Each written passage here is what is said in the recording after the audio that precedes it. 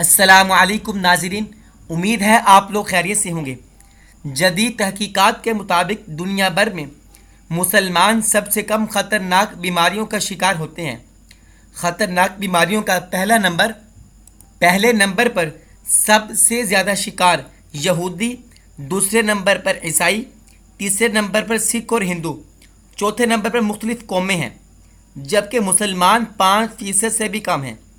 ایک سروے کے مطابق کینسر کے ہر 100 مریضوں میں 40% یہودی، 30% عیسائی، 15% ہندو، سکھ اور 10% مختلف قوموں کے افراد، جبکہ مسلمان صرف 5% اس موذی مرض کا شکار ہیں۔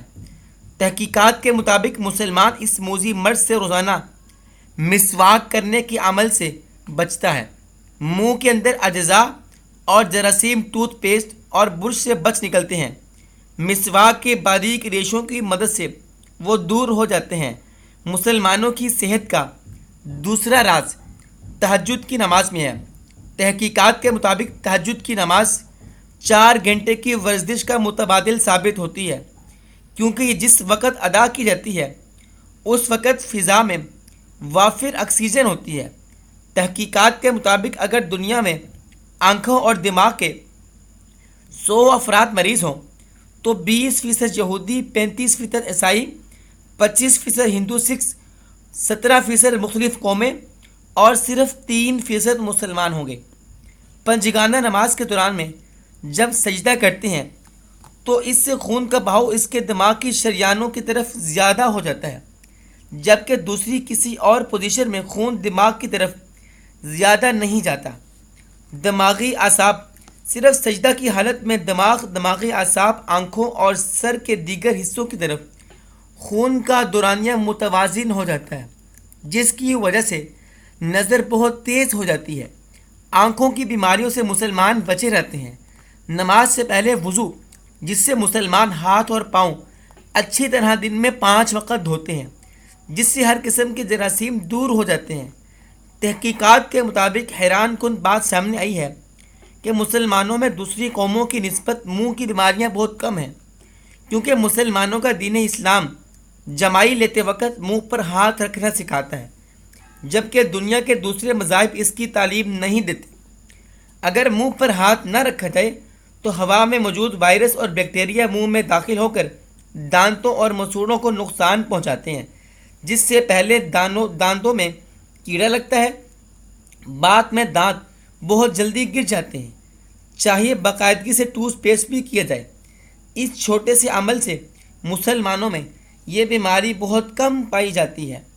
ناظرین، جدید سائنسی تحقیقات آہستہ آہستہ ان حکمتوں کو سامنے لانے میں کامیاب ہو رہی ہے۔